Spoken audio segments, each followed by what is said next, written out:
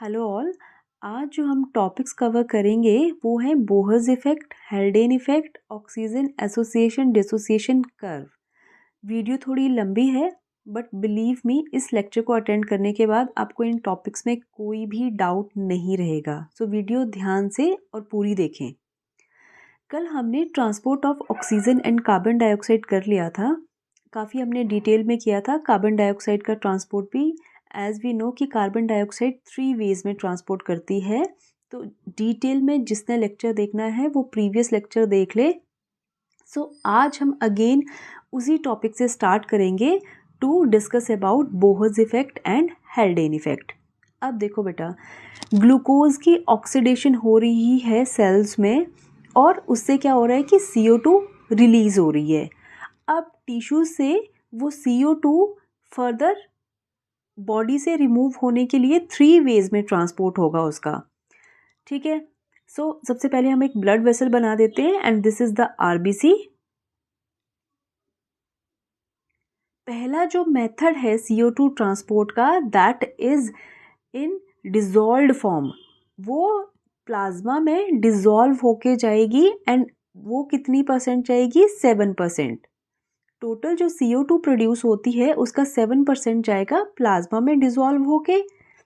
Next 70% जाती है bicarbonate की फॉर्म में। बाइकार्बोनेट कैसे कैसे बॉडी में बनता है, क्या होता है, ये हमने कल डिटेल में कर लिया है, जस्ट मैं एक रिवीजन दे रही हूँ। ठीक है। सो कार्बन डाइऑक्साइड वाटर के साथ कंबाइन करके बना देगी कार्बोनिक एसिड, जो फर्दर डिसोसिएट होगा H positive and bicarbonate ion में।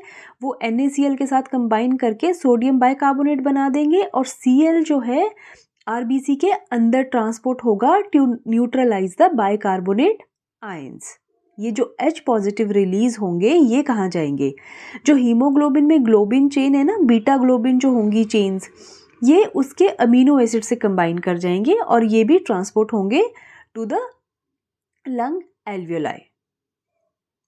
Right. So this is a systemic capillary, means it is a capillary that is coming from a tissue. अब ये डीऑक्सीजनेटेड ब्लड कहाँ जाएगा? हार्ट में। एक चला गया प्लाज्मा की फॉर्म में, सेकंड चला गया बाइकार्बोनेट की फॉर्म में। प्लाज्मा की फॉर्म में गया 7% और बाइकार्बोनेट की फॉर्म में चला गया 70%। नाउ अभी भी कुछ अमाउंट जो है कार्बन डाइऑक्साइड का जो और किसी फॉर्म में जाएगा, that is in the form of carb amino haemoglobin, और वो कितना होगा? 23%। कार्ब अमीनो हीमोग्लोबिन में क्या होगा कि कार्बन डाइऑक्साइड जो है वो हीमोग्लोबिन के साथ कंबाइन करके कार्ब अमीनो हीमोग्लोबिन बना लेगी। कार्बन डाइऑक्साइड हीमोग्लोबिन के साथ कैसे कंबाइन करती है, कौन से स्ट्रक्चर में हीमोग्लोबिन से वो कंबाइन करके ट्रांसपोर्ट होती है, वो सारी डिटेल लास्ट वीडियो में है जिसमें हमने ट्रांसपोर्ट ऑफ कार्बन डाइऑक्साइड पढ़ा है। क्लियर? नाउ किसी भी फॉर्म में कार्बन डाइऑक्साइड है वो तीनों फॉर्म में ब्लड वेसल में ट्रांसपोर्ट होते हुए कहाँ पहुँच जाएगा? लंग एल्वियोलाई के नियर जो कैपिलरी होगी वहाँ पे आ जाएगा। अब हम उस कैपिलरी में देखते हैं कि फर्दर क्या होता है। Now this is the lung alveoli. Lung alveoli में क्या होती है? स्क्वैमस एपिथेलियल की लेयर, जो इसको इजी डिफ्यूजन में हेल्प करती है गैसेस के। Now this is the alveoli and this is pulmonary capillary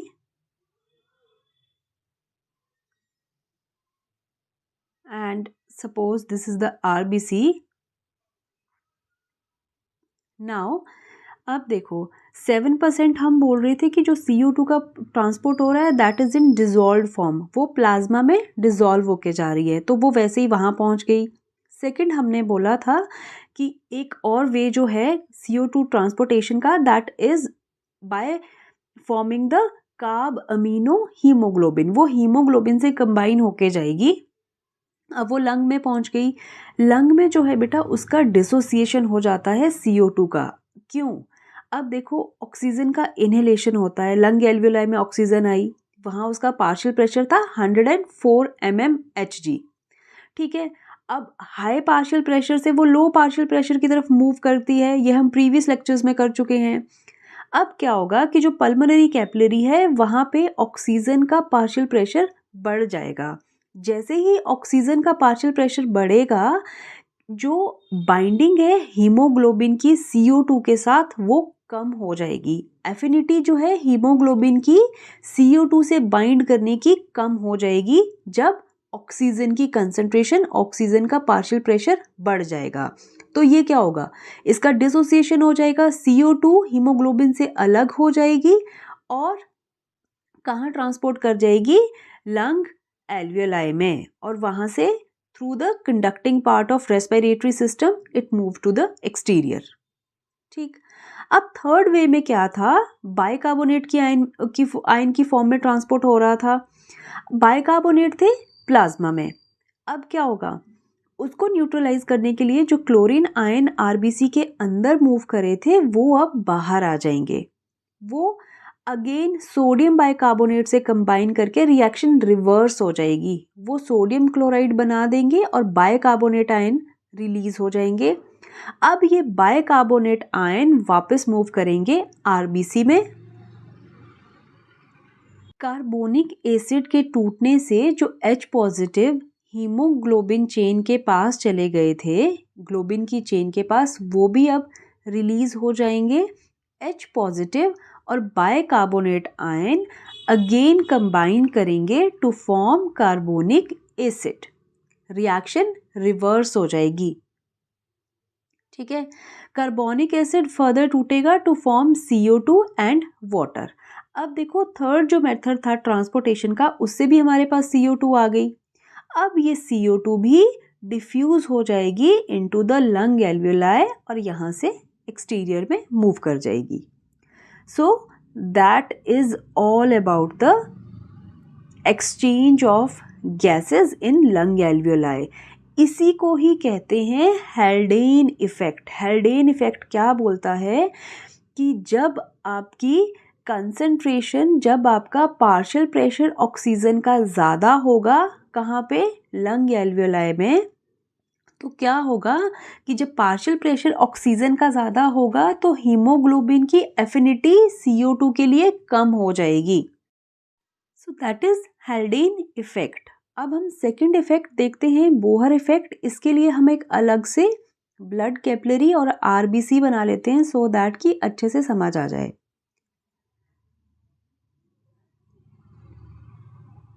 Bohr effect होगा टिश्यूज में। नाउ सी, अब देखो लंग एल्वियोलाई से अगर हम ऑक्सीजन का ट्रांसपोर्ट देखें, सो ऑक्सीजन इनहेलेशन से अंदर आ रही है लंग एल्वियोलाई में। अब क्या होगा, ऑक्सीजन डिफ्यूज करेगी प्लाज्मा में और आरबीसी में। प्लाज्मा के थ्रू कितना ऑक्सीजन ट्रांसपोर्ट होता है हमने पढ़ा था, 3%, और जो आरबीसी से कंबाइन होकर ट्रांसपोर्टेशन होता है as oxyhaemoglobin, that is 97 to 99%। ये ब्लड कहाँ जाएगा फिर, हार्ट में। हार्ट उसको पंप करता है पूरी बॉडी में, हर एक टिश्यूज के पास। अब टिश्यूज में क्या होगा, देखो ऑक्सी हीमोग्लोबिन टिश्यूज के पास पहुंच गया। हमको पता है कि हीमोग्लोबिन में कितनी साइड्स होती हैं ऑक्सीजन ऑक्यूपाई करने के लिए, 4 ऑक्सीजन मॉलिक्यूल से वो कंबाइन करता है।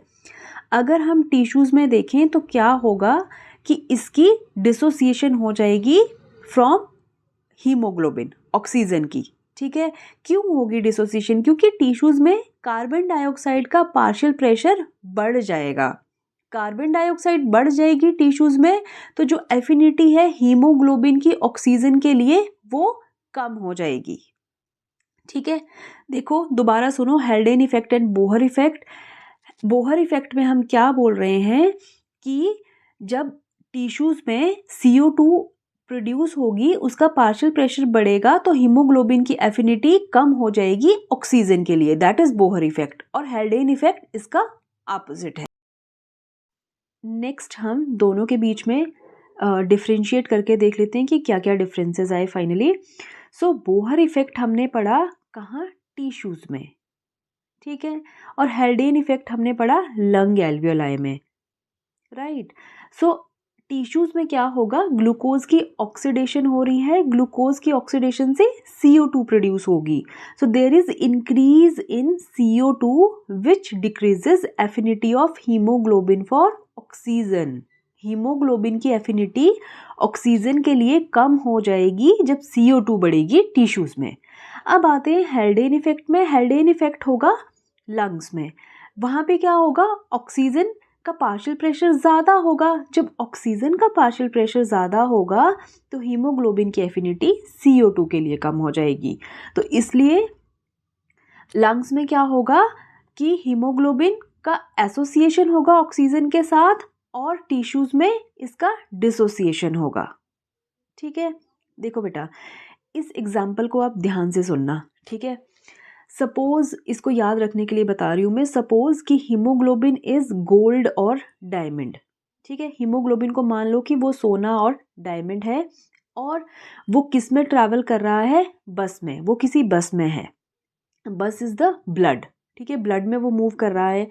अब CO2 और ऑक्सीजन जो गैसेस हैं उनको मान लो कि CO2 ज़्यादा गंदी होती है, उसको मान लो कि वो चोर हैं, और ऑक्सीजन क्या है, पुलिस।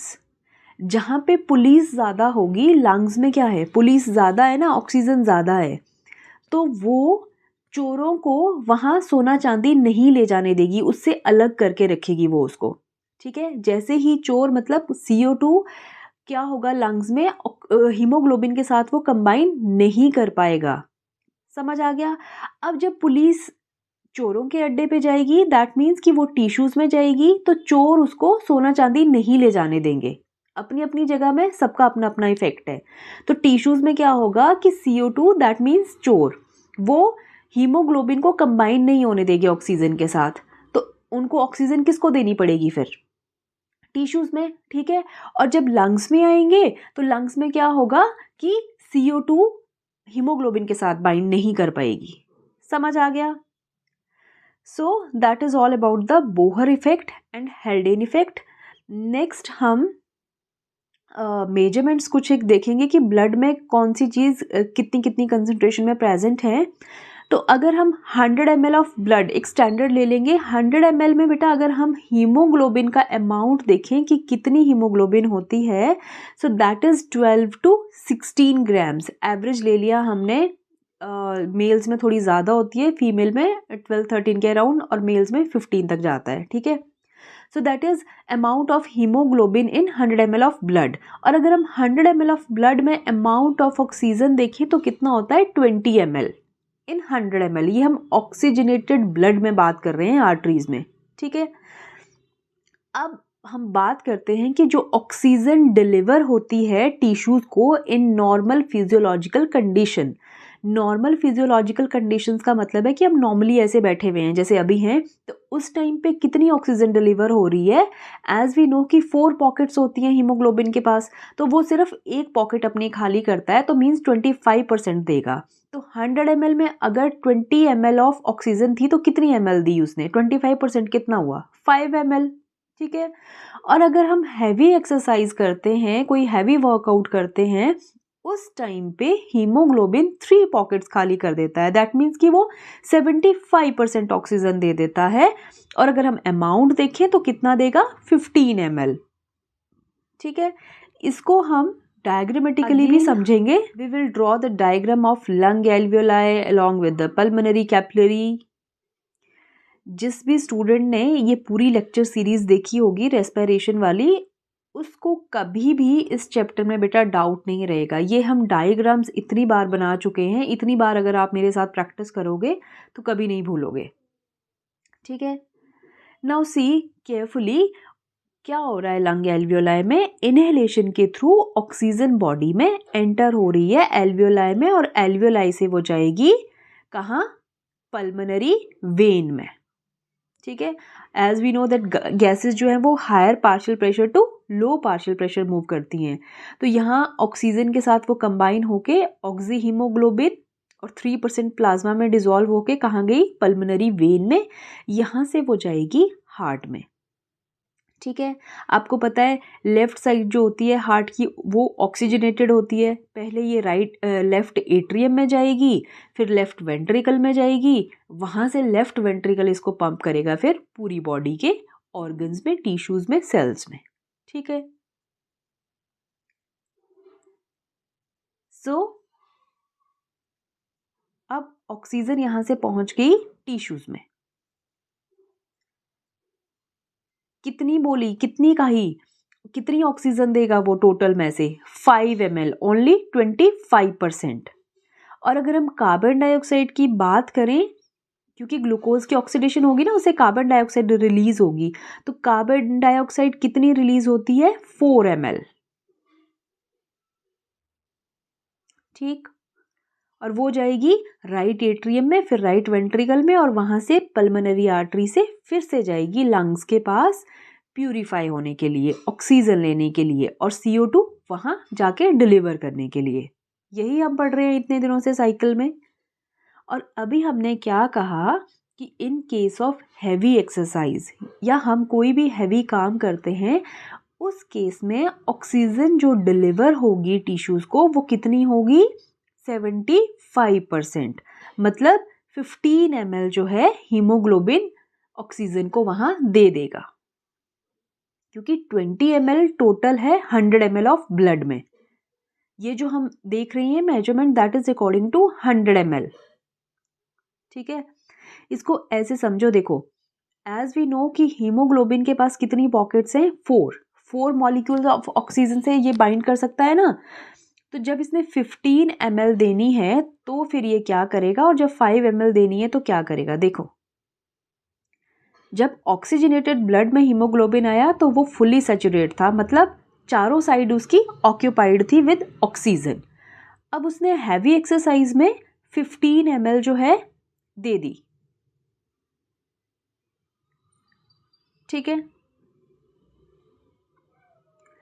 15 ml अगर उसने दे दी, 75% अगर उसने दे दी, दैट मीन्स कि उसने कितनी दे दी? 3 पॉकेट्स। सिर्फ एक ही पॉकेट उसकी फिल है ऑक्सीजन से, अब 3 पॉकेट्स खाली हो चुकी हैं। And that only happens during heavy exercise. Otherwise जो है सिर्फ हीमोग्लोबिन अपनी एक पॉकेट खाली करता है। ठीक है। So partial pressure of oxygen अगर हम देखें ऑक्सीजनेटेड ब्लड में, आर्टेरियल ब्लड में, तो कितना पढ़ते हैं हम? 95 mmHg। 95 mmHg का मतलब क्या है? अगर हम हीमोग्लोबिन की सैचुरेशन देखें ऑक्सीजन के साथ कि कितनी पॉकेट्स उसकी ऑक्यूपाइड हैं ऑक्सीजन से, तो चारों पॉकेट्स ऑक्यूपाइड होती हैं बेटा। दैट मीन्स कि जो परसेंट सैचुरेशन है हीमोग्लोबिन की ऑक्सीजन से, दैट इज 100%। ठीक है। कब? जब पार्शियल प्रेशर 95 mmHg है, वो फुली लोडेड है विद ऑक्सीजन। समझ आ गई ये बात? सो ये तो हो गया सैचुरेशन। अब अगर हम कंटेंट ऑफ ऑक्सीजन देखें इन 100 ml ऑफ ब्लड, तो कितना पड़ा था बेटा हमने अभी? 20 ml। 100 ml में कितनी ऑक्सीजन प्रेजेंट होती है? 20 ml। सो ये सिनेरियो है पार्शियल प्रेशर जब ऑक्सीजन का 95 mmHg है, तो उसकी सैचुरेशन 100% है हीमोग्लोबिन की। और कंटेंट अगर ऑक्सीजन का देखें हम 100 ml ऑफ ब्लड में, तो वो कितना है? 20 ml। अब हम आर्टेरियल प्रेशर में ही CO2 का सिनेरियो भी देख लेते हैं। तो बेटा ऑक्सीजन जब ज़्यादा होगी तो CO2 कम होगी, CO2 ज़्यादा होगी, ऑक्सीजन कम होगी। यही किया था हमने प्रीवियस क्लासेस में जब पार्शियल प्रेशर्स किए थे। ऑक्सीजन यहाँ पे मैक्सिमम है, तो पार्शियल प्रेशर कार्बन डाइऑक्साइड का कितना होगा? 40 से नीचे वो नहीं जाएगी। और कंटेंट अगर हम बात करें CO2 की कि 100 ml ऑफ ब्लड में कितना होता है, that is 48 ml in oxygenated blood. ठीक।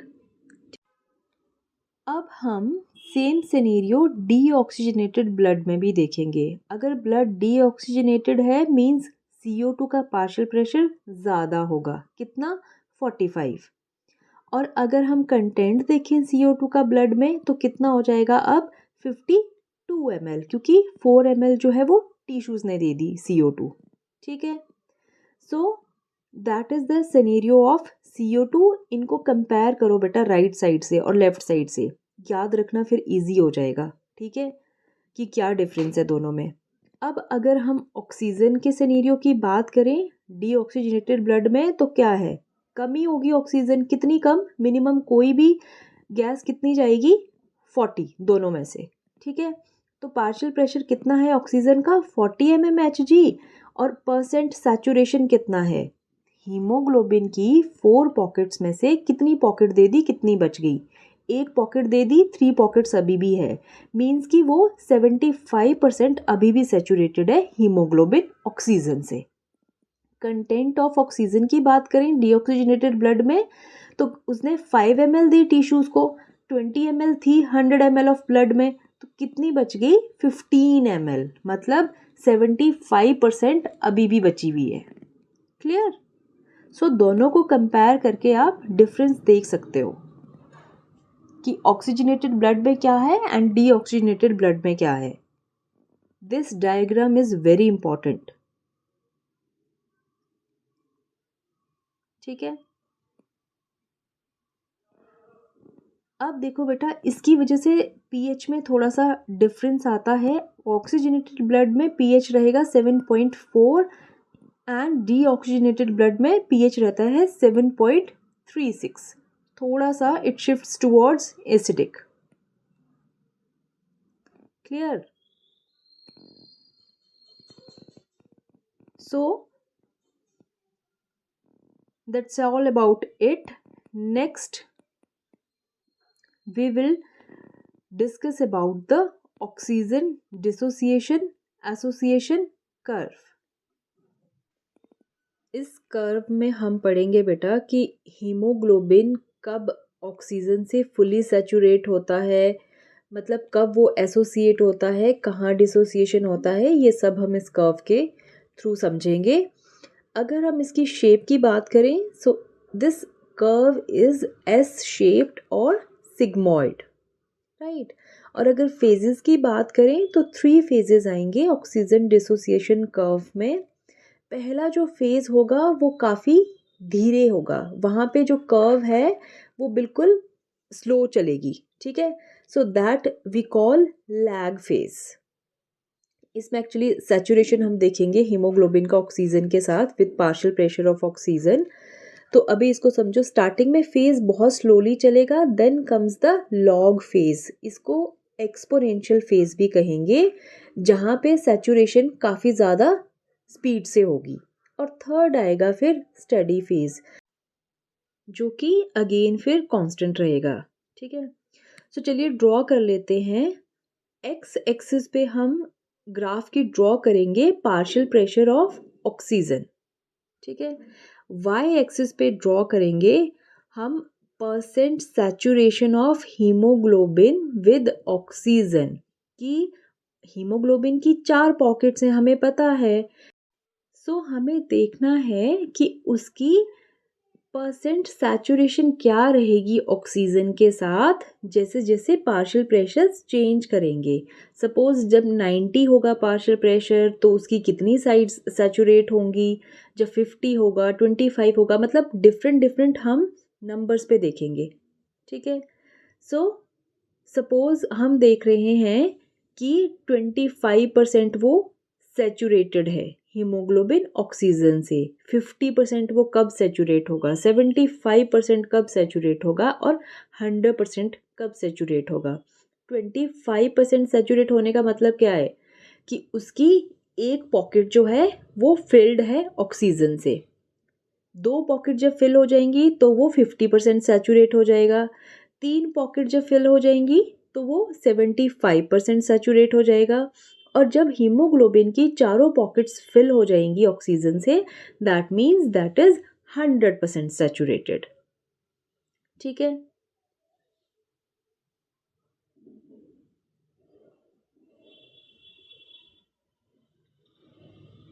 इस ग्राफ को बेटा अच्छे से समझना, इसको अगर आप अच्छे से समझोगे तभी आपको नेक्स्ट जो फैक्टर्स आएंगे which affect oxygen dissociation curve वो फिर समझ में आएंगे, वरना ग्राफ लेफ्ट में जा रहा है राइट में जा रहा है हमें कुछ भी समझ नहीं आएगा।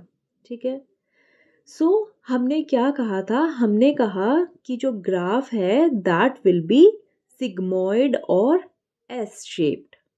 इस तरह का ग्राफ है जिसमें 3 फेजेस आने थे, लैग फेज और log phase and then is the steady phase. कई बार क्वेश्चन ऐसे ही आ जाता है कि ऑक्सीजन का जो कर्व है, ऑक्सीजन डिसोसिएशन कर्व, उसका शेप क्या है, so that is S shaped और सिग्मोइड, राइट। सो अगर पार्शियल प्रेशर ऑक्सीजन का 95 है जो कि आर्टेरियल ब्लड में होता है, तो उस टाइम पे हीमोग्लोबिन कितने % सैचुरेट होती है ऑक्सीजन से, हमने अभी पीछे किया था 100%, मीन्स उसकी चारों पॉकेट्स फिल्ड हैं ऑक्सीजन से। ठीक है, सो सपोज ये वो पॉइंट है जहाँ 100% सैचुरेटेड है, तो ये कब होगा, जब पार्शियल प्रेशर कितना होगा ऑक्सीजन का, देखो बेटा नीचे जहाँ पे ये ग्राफ मैच कर रहा है दैट इज 95। जब partial pressure 95 mm of mercury होगा तब हीमोग्लोबिन 100% सैचुरेट है ऑक्सीजन से। अब बेटा अगर हम अमाउंट ऑफ ऑक्सीजन की बात करें कि ब्लड में कितना है, तो हम जो स्टैंडर्ड लेते हैं दैट इज 100 ml। हम बोलते हैं कि amount of oxygen in 100 ml of blood या content of oxygen in 100 ml of blood कितना होता है 20 ml। 100 ml में ऑक्सीजन कितनी होती है 20 ml। कब, ये सब कुछ है जब ऑक्सीजनेटेड ब्लड है, जब वो 100% सैचुरेट है। ठीक है, अब हम सेकेंड कंडीशन देखते हैं कि सैचुरेशन कितने आ गई, अब 75%, तो पार्शियल प्रेशर भी कम हो जाएगा ऑक्सीजन का। तो ये कंडीशन हम पढ़ते थे कहाँ, डीऑक्सीजनेटेड ब्लड में, कि ऑक्सीजन का पार्शियल प्रेशर कितना हो जाता है 40 mmHg और हीमोग्लोबिन जो है अपनी एक पॉकेट से ऑक्सीजन दे देता है। दैट मीन्स कि अब उसका सैचुरेशन कितना रह गया ऑक्सीजन के साथ, सिर्फ 75%, क्योंकि 3 पॉकेट्स अब फिल्ड हैं। ऑक्सीजन अगर हम देखें ब्लड में तो कितनी आ जाएगी अब 15 ml, क्योंकि 5 ml वो टिश्यूज को दे चुका है। तो अब उसके ब्लड में कितनी रह गई ऑक्सीजन, 100 ml ऑफ ब्लड में 15 ml। ठीक है, नेक्स्ट अगर हम बात करें कि अगर सैचुरेशन 75 से कम होके 50% आ गई है, 50% सैचुरेशन का मतलब क्या है कि हीमोग्लोबिन की सिर्फ 2 साइड ऑक्यूपाइड हैं ऑक्सीजन के साथ और 2 उसने वेकेट कर दी हैं टिश्यूज में डिलीवर करने के लिए। सो अगर सैचुरेशन 50% है तो पार्शियल प्रेशर भी ऑक्सीजन का कम हो जाएगा 40 से। ठीक है, so that will be around 20-25।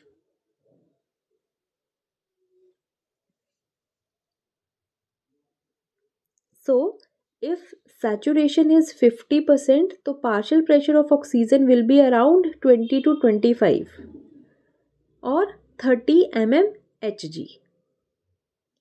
अब ऑक्सीजन कितना हो जाएगी ब्लड में बेटा, ऑक्सीजन हो जाएगी 10 ml, क्योंकि 50% सैचुरेट है, टोटल 20 ml थी, 50% सैचुरेट है, 15 दे दी तो कितनी बच गई, 20 टोटल थी, 50 दे दी तो 50% दे दी तो कितनी रह गई 10 ml। अब नेक्स्ट कंडीशन कि अगर हीमोग्लोबिन का ऑक्सीजन से सैचुरेशन सिर्फ 25% है तब क्या होगा, उस कंडीशन में पार्शियल प्रेशर ऑक्सीजन का और भी कम हो जाएगा। सो it will be around 15 to 20 mmHg। और अगर हम ऑक्सीजन देखें ब्लड में इन 100 ml ऑफ ब्लड, तो अब कितनी रह जाएगी, सिर्फ 5 ml। ठीक है, 75% जो है वो अपनी दे चुका है। आई होप कि आपको ये क्लियर हो गया होगा। एक बार इसको फिर अच्छे से देख लो बेटा, फिर अच्छे से समझ लो। ठीक है, ये वाई एक्सिस और एक्स एक्सिस में हमने क्या ड्रॉ किए हैं, partial pressure of oxygen against percent saturation of haemoglobin with oxygen.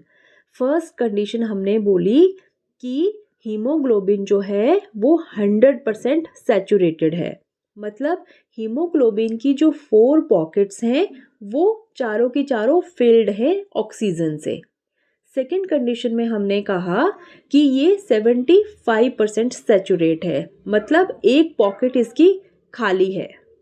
एक पॉकेट में से ये अपना ब्लड जो है टिश्यूज को दे चुका है, और टिश्यूज को कितना ब्लड देता है ये 5 ml, टोटल है 15 ml। कितना रह गया, 5 लेस हो गया तो 15 ml।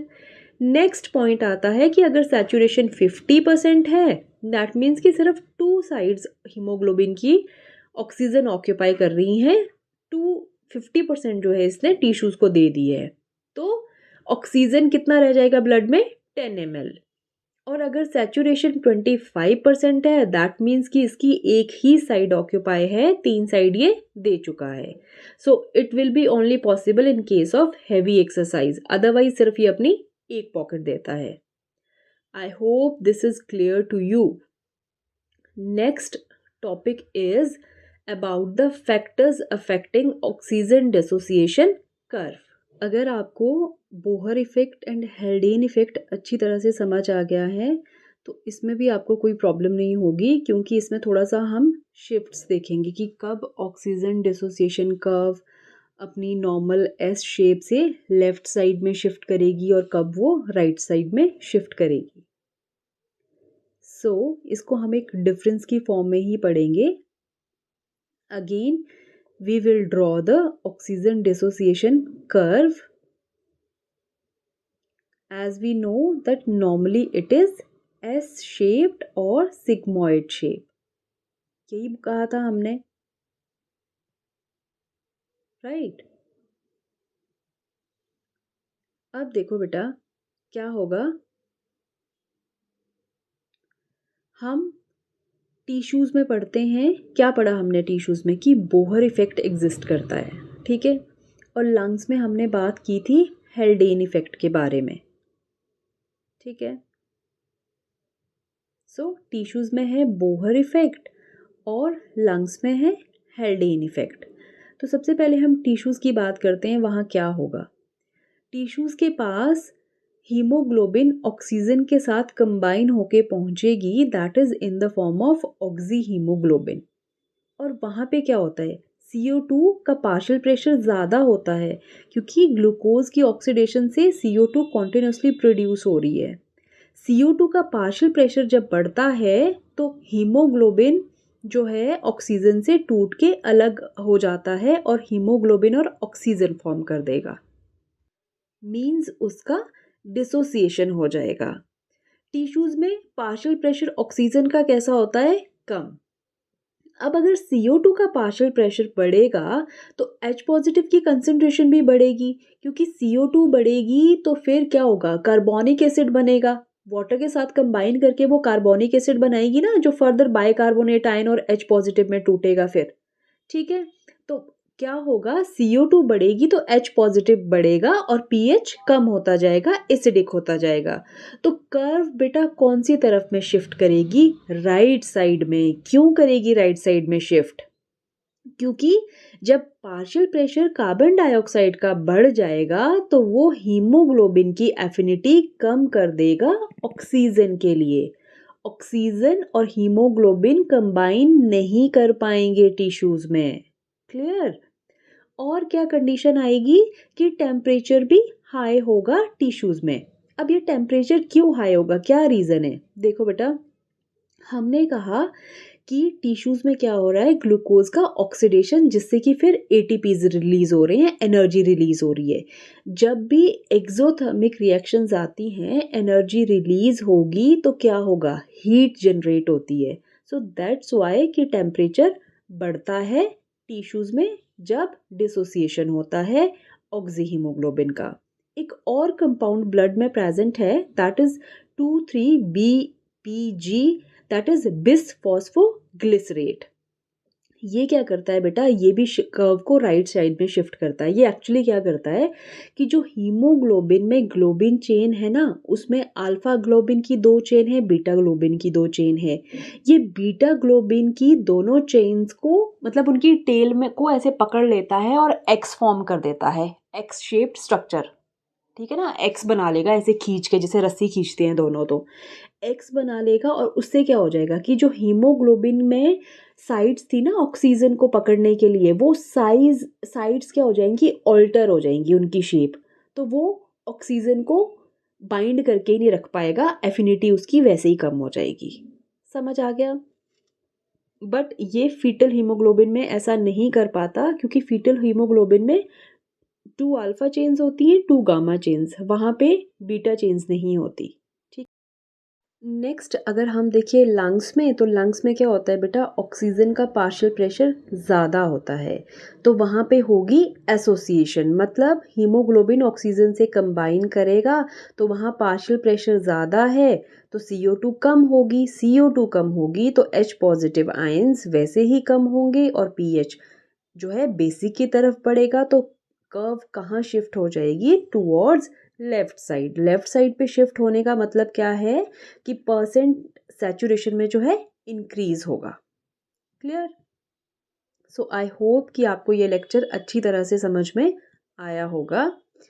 Next is the question from previous lecture.